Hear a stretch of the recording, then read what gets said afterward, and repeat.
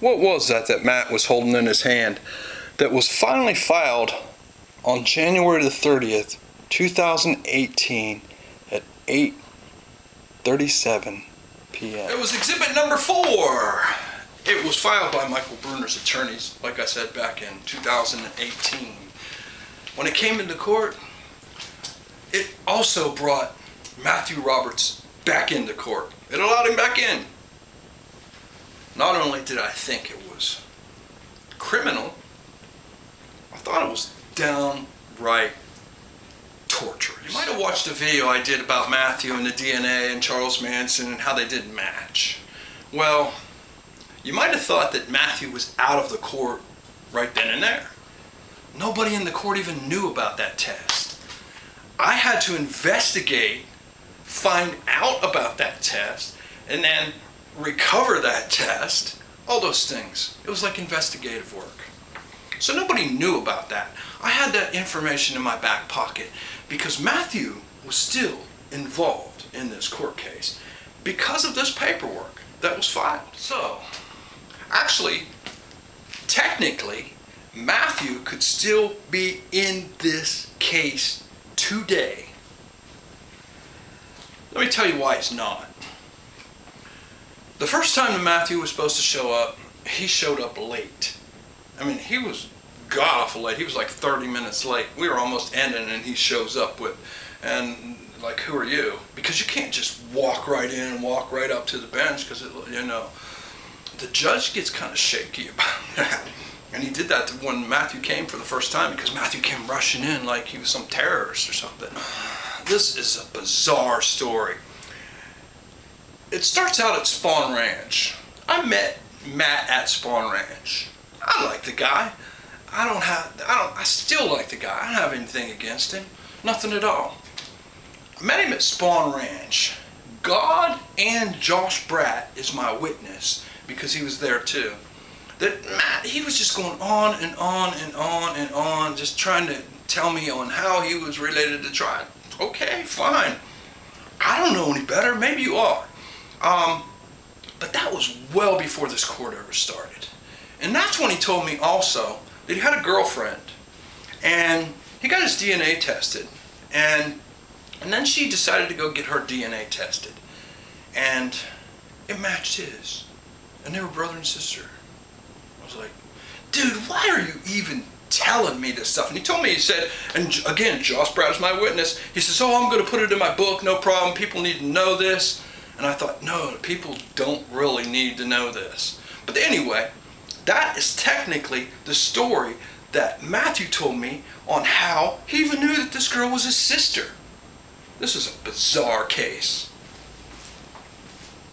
I mean, I had to explain all this to my attorneys because immediately when somebody comes into the picture, your attorneys are like, okay, who's this person? Do you know them? And I'm like, yeah, I kind of know them. Okay, tell us the story. I'm like, are you really sure you want to hear this? Oh, yes, we want to hear the story. And so I had to tell them that that's how I knew that girl is because it was Matthew's girlfriend at one point, and now it's his sister. Oh, man. It gets even worse from here, if you ask me. This is what Matt was holding in that picture. Supposedly, that's supposed to be signed by Charles Manson. But I can tell you it's not.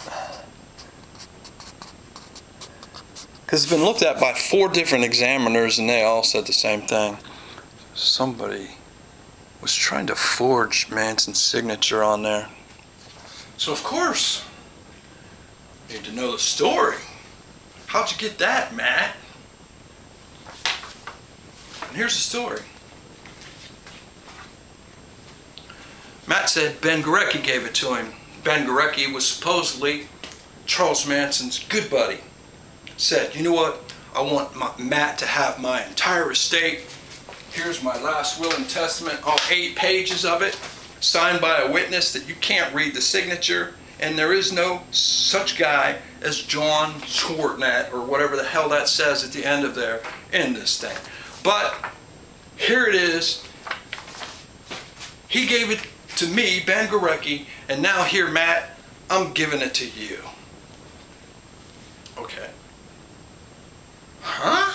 Obviously, Manson's good buddy Ben Gorecki had no idea that Charlie took 2 DNA tests against this guy and didn't want to talk to him anymore.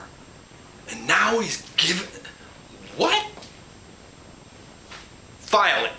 File the damn original. That's what I told him then. File it. File it. I kept saying it. File it, file it, file it, file it. You know what? They never filed that either. That's only a copy of the damn thing that they got out of the Daily Mail. Because anytime an attorney finds something out, they of course have to file it. So when Michael Bruner's attorney found out that there was another so-called will out there, he had to file it. And when he filed it, it went into the record.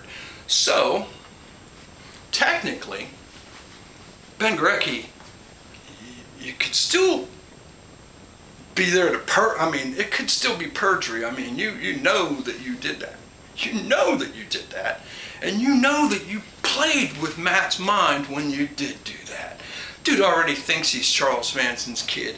Why would you torture somebody like that?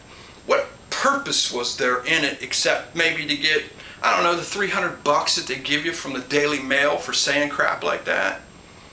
I've never understood why you would torture somebody like that. I just say file it, file it. I know it doesn't mean anything. My words mean nothing. I can say file it all day long. If you don't file it, you don't file it. Just like they didn't file that. And the reason they didn't file that, well, here's the excuse and the reasoning that they didn't file that: forgery into court. I've been looking for the last page of that thing underneath my bed now.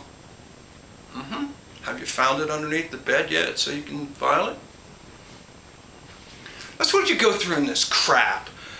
Everybody wants to take Charles Manson and they want to put themselves in his story and they want to be the main character of that guy's story. Constantly. Constantly. I'm fed up with it. I'm sick and tired of it, really. I'm sick and tired of being involved with these people, even somebody thinking that I have some association with some of these people. I don't even want that. These aren't good people. Not at all. I had a lot of things happen to me at court. A guy threatened to stab me. Want to hear about that? I'll tell you about it in the next video. Until then, peace. Oh, by the way, file that paperwork, Jason. The grandson of Charles Manson, so you can win the prize of being the grandson of Charles Manson. File the paper. They still haven't been filed yet. It's the way this court thing goes. Nobody fucking files nothing. All they do is talk all the time. They make up things. They put them in the newspaper. They run to tell the newspaper or Facebook or somebody else rather than run and tell in the court who it really matters to. File those. The only reason I even said file the paper is file. I don't care if you file them or not, really. I don't care. It doesn't depend on my life. It doesn't depend on me being the grandson. I know who my grandfather is. I know who my grandmother is. I know who my mom and dad and everybody. I know my brothers. I know everybody. So I don't even really care about that, honestly. I don't care. I don't care if you file them or not. I'm just, basically what I'm saying is, I don't believe you. I don't believe you. That's it. Don't file them because you haven't filed them yet. I check every single day. Just get on that court. Boom, boom, boom, boom, boom. File them yet? Nope, not yet. Peace.